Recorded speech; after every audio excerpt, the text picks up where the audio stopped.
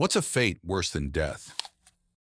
Short disclaimer, I found all these stories on a forum where people share their dreams. Some of these stories may not be acceptable to some. Thanks for your attention. Don't forget to like and subscribe. Trapped in a vegetative state, you no mobility or physical abilities above basic functions, such a blinking or breathing, but normal brain activity. Yeah, locked-in syndrome, the subject of the movie The Diving Bell and the Butterfly. Gotta be my biggest fear. Don't even read about it.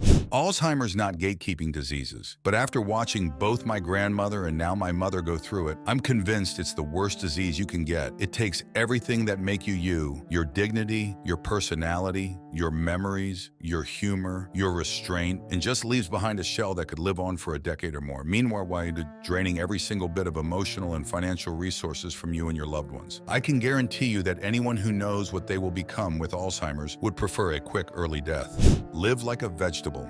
Vegetable life isn't as bad. That's at least peaceful. People with dementia often get very upset and occasionally violent. Dementia, at least how I've seen it, can really mess somebody up. Not only will they forget things, they'll begin thinking fictional things and situations are real. My grandmother died not remembering me and freaking out that people would come out of the TV. She believed that my father had died and my younger brother had ran away, despite everybody being there when she passes except for me because I was deployed. BTW, I'm not making light of Alzheimer's. From what I understand, Alzheimer's is actually a lot more difficult for the caretakers and family than it is for the person suffering from the disease. They do have memory lapses, but eventually when you lose your memory, it affects the person's loved ones because they actually remember all the things that the Alzheimer's patient has forgotten.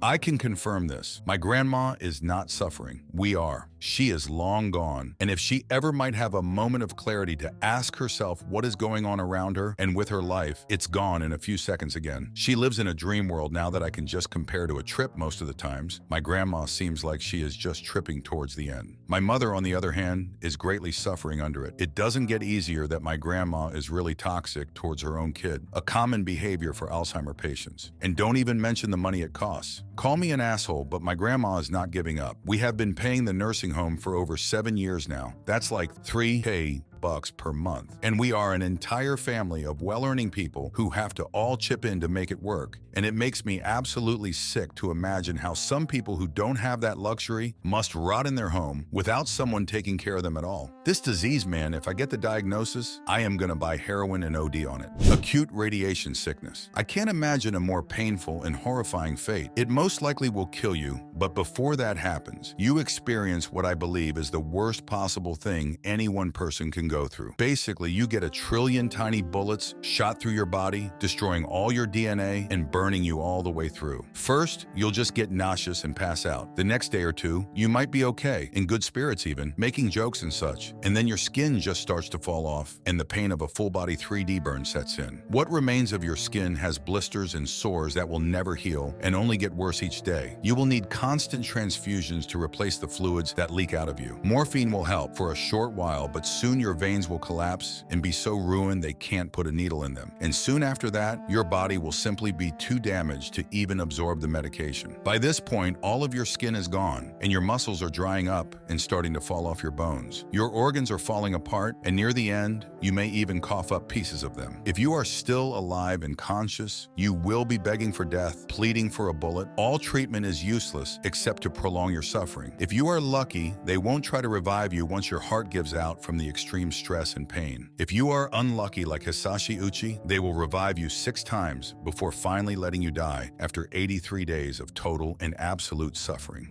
Radiation sickness destroys your DNA, which in turn basically makes all your cells forget how to function.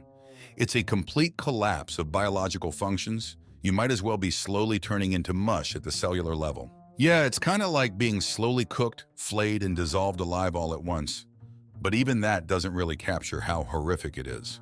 I'll add a case I saw in the ICU on a clinical rotation. A patient there was a blind quadriplegic that, in layman's terms, developed throat cancer that first affected his larynx, voice box, and much of the surrounding tissue, and was later found on his tongue. Many areas had to be removed in an attempt to get rid of the cancer. That included most of the front half of his neck. Multiple skin grafts were taken from different parts of his body to try and reconstruct his neck. However, he had rejected all of them at this point. So this man could not see, move, talk, or swallow swallow foods or liquids fed through a gastric tube at this point. He was likely in constant pain, but unable to let anyone know about it or his wishes. So there I am, changing the cannula on his tracheostomy while looking straight into the back of his throat from the outside through a gaping hole surrounded by stapled-on flaps of rotting skin, wishing someone would just let me die if I were ever in that position. So yeah, Thank you to everyone who watched this video to the end. Don't forget to like and subscribe to the channel, and see you tomorrow.